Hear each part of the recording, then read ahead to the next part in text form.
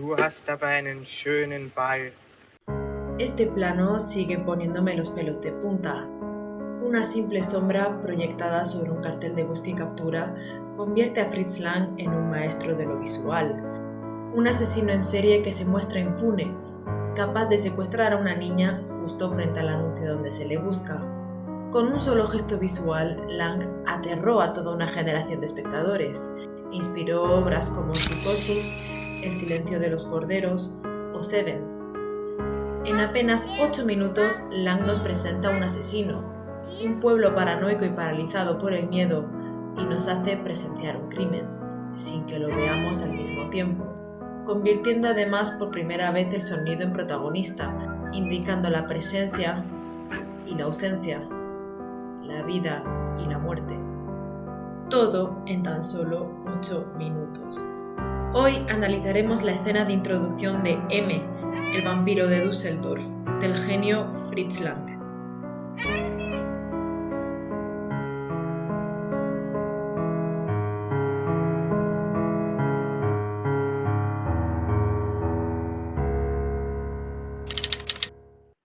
Fritz Lang fue un importante director austríaco, perteneciente al movimiento cinematográfico del expresionismo alemán, donde el contexto de desequilibrio social y económico de la Alemania de la posguerra dará fruto en unas películas terroríficas, con monstruos y vampiros, perspectivas alteradas, maquillajes excesivos y ambientes claustrofóbicos. Este movimiento es toda una referencia para directores como Tim Burton. Lang se asentará en la historia del cine en 1927 con Metrópolis, que a pesar de casi arruinar la UFA, el estudio que la produjo, es actualmente madre suprema de las distopías y películas de ciencia ficción como Blade Runner o Star Wars. M, el vampiro de Düsseldorf, fue estrenada en 1931, bajo un contexto de paranoia y terror provocado por el caso de Peter Kürten, un asesino en serie que marcó la memoria colectiva y a quien denominaban el vampiro de Düsseldorf, del que obviamente la película se inspiró. Fue la primera película en sonoro de Lang, y se considera que fue esta película que dio comienzo auténticamente la era del sonoro, pues Lang, al contrario que otros directores de la época, no lo utilizará simplemente para grabar diálogos, sino que lo convertirá en un personaje, en un creador de tensión y en la firma de un asesino.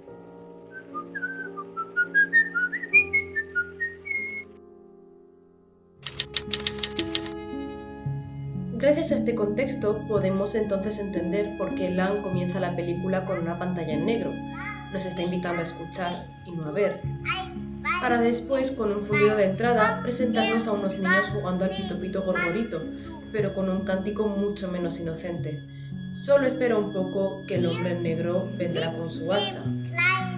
Esta escena nos revela ya un ambiente tétrico, pues mientras que la imagen es inocente, el subfondo de la canción denota todo lo contrario, así formando un paralelismo entre el sonido y la imagen.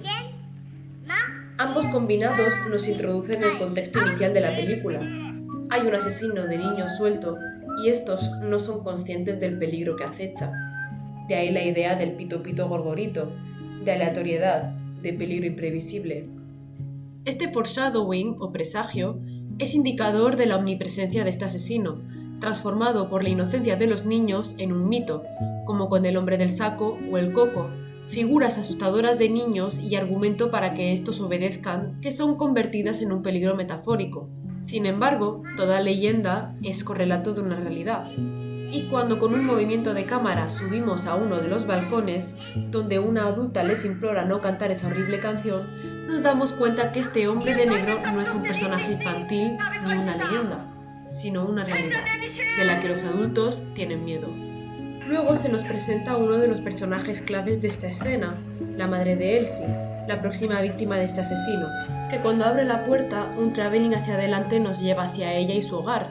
Este recurso es frecuentemente utilizado para invitarnos a entrar en la historia. Sin embargo, lo que es raro en esta ocasión es que la barandilla de las escaleras nos impide avanzar más, bloqueando así la cámara y por ende a nosotros. Bloqueando este recurso a mitad, finalizándolo antes de tiempo y con la barandilla en escorzo, Lang lo usa como cruel metáfora para presentar el futuro fatalista de la pequeña Elsie, que jamás volverá a cruzar esa puerta, y ponernos a nosotros espectadores en una posición de incomodidad y frustración. Y es en este momento que llega una frase muy representativa de cómo el sonido es de importante en esta cinta. Déjalos, si están cantando, al menos sabemos que están bien. Aquí ya se nos presenta el rol del sonido como un indicador de presencia. Aquí, el sonido nos tranquiliza y nos da seguridad, pues significa que los niños están abajo en ese patio jugando sanos y salvos y que no hay ninguna amenaza. Pero este ambiente de seguridad se romperá cuando el reloj de Cuco marque las 12. Como en Nosferatu, que es el reloj que marca la llegada del vampiro, aquí indica la salida de los niños del colegio y por lo tanto también la de su depredador, el vampiro de Düsseldorf. Con un montaje alternado, utilizado para mostrar dos acciones que se suceden al mismo tiempo pero en lugares diferentes, se nos muestra a Elsie disponiéndose a volver a casa y a su madre que le prepara la comida, preparándonos así para un dulce reencuentro. Al principio, Lang nos da una falsa sensación de seguridad, cuando un policía la ayuda a cruzar la calle. Con esta escena podríamos pensar que Elsie está sana y salva, pero será todo lo contrario. Aquí también ya se nos expone el rol incompetente de la policía durante todo el filme, pues este policía sí se dio cuenta de la intención de Elsie en cruzar la calle, pero no del depredador que esperaba al otro lado. Y es aquí cuando llega el plano más icónico de toda la película. La niña se para delante de un cartel de whisky captura y se pone a rebotar su pelota sobre este. El contraste de la pelota juguetona de Elsie sobre este aterrorizante cartel nos muestra la ignorancia de la niña ante la inminente amenaza, como si no fuera consciente que está llamando a las puertas del infierno y que será el propio diablo que vaya a responder. Con solo este plano, Lang nos responde con maestría a la pregunta del cartel: ¿quién es el asesino? Claramente es la sombra posada sobre este. Aquí Lang nos quiere otra vez frustrar, pues sabemos que el asesino está presente y aún así no podemos identificar nada de este salvo una cosa: su voz. Wie heißt du denn? Que lo primero que veamos del asesino sea su sombra lo vuelve aún más poderoso y malvado, pues una sombra es inmaterial e intocable, y además representa el lado más oscuro del humano, todo aquello que abarca en nosotros y rechazamos, la maldad, la perversión.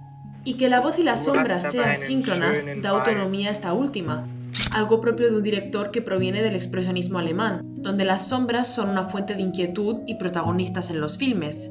Ahora la voz tiene una connotación totalmente contraria a la del comienzo de la película. Ahora, en vez de ser indicadora de seguridad, es indicadora de peligro. Esta idea se refuerza con el silbido de M, idea que es referenciada por Tarantino en Kill Bill. Este silbido indica la intención asesina de quien lo canta, como el flautista de Amélie que con su flauta encantadora embelesa y secuestra a los niños de todo un pueblo. Como en este cuento, Elsie ya está en la boca del lobo, siguiéndolo hasta su guarida. Este sonido se convertirá en el leitmotiv del asesino, lo único que nos permite identificarlo, porque hasta ahora nadie conoce el físico de este hombre, pues al que le compra el globo es a un ciego, y por lo tanto su físico todavía no ha sido revelado a nadie, ni a la cámara ni a los testigos, pues la única que ha descubierto su rostro no vivirá para contarlo. Entretanto, su madre está cada vez más nerviosa, y creyendo por segunda vez que su hija ha llegado, le abre la puerta al cartero. Preocupada, mira hacia abajo las escaleras. Este plano, con una perspectiva bien pronunciada, donde cada piso está menos iluminado, nos refuerza la idea del cielo y el infierno.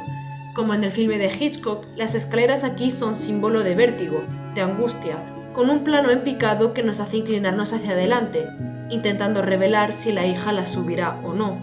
La madre la llama, pero solo hay silencio. Hay también que comprender que la concepción de silencio no existía en el mudo, pues las películas mudas iban acompañadas por una música constante. Ahora que los espectadores sabían que podía haber sonido, la ausencia de este crea un silencio que los espectadores rara vez han experimentado y provoca un aumento exponencial de la tensión. Y es envueltos en este angustiante silencio que Lang nos anuncia el asesinato de Elsie con solo 5 planos. El primero es otro plano cenital de las escaleras, otra vez dando la esperanza que Elsie las subirá. El segundo plano es un plano general de lo que parece un desván, la parte más alta del edificio, con un vestido secándose colgado. Como antes se nos había hecho entender, aquí se nos han presentado 3 niveles: el más bajo, el del colegio, la calle, que sería la tierra, donde el pecado, el asesino, y la virtud, una niña inocente, conviven separados por el libre albedrío. El nivel intermedio serían los pisos, representando el paraíso terrenal, allí donde los pequeños están a salvo, protegidos del mal que hay abajo, y el punto más alto, que sería la azotea, el cielo, allí donde un ser inocente como Elsie va cuando muere. Y no es por lo tanto coincidencia que el vestido esté colgado de manera que nos recuerde a la crucifixión de Jesús. Aquí, de manera muy inteligente, se nos implicita la muerte de la pequeña y su llegada a un mundo más espiritual. El tercer plano sería su lugar en la mesa vacío, una silla puesta de manera que invita a sentarse, un plato vacío y una madre que grita su nombre. La ausencia que su muerte conlleva se hace aún más latente. El cuarto plano es simplemente una genialidad, pues aquel objeto que asociamos con Elsie, su pelota, aparece de detrás de un matorral sola, haciéndonos saber instantáneamente que el crimen se está cometiendo. Y es en este último plano que vemos el globo usado por el monstruo como anzuelo volando, tras haber estado atrapado en unos cables eléctricos. El asesinato oficialmente ya se ha producido, porque cuando el anzuelo ya no sirve es porque el pez ya lo ha mordido. La cruz formada por los cables eléctricos y el poste servirá de inspiración para el escenario final de Seven, donde estos mismos representan el ambiente mortífero del terreno. Y este globo podría ser claramente Elsie, objetivizada por este monstruo que de la misma manera que la ha captado, la ha matado y la ha desechado, sin valor, como un globo que se escapa en el cielo. Y es que esta secuencia es una maestría de narración visual, porque con qué sutilidad Lang nos muestra el asesinato de esta niña con solo 5 planos fijos y un silencio mastodóntico, porque a veces la congestión es más angustiante que ver el acto en sí. El hecho que este acto no sea explícito, que esté escondido fuera del campo de visión, hace que nuestra imaginación nos rinda el peor de los servicios y nos haga deducir lo que este monstruo le está haciendo a la pobre Elsie.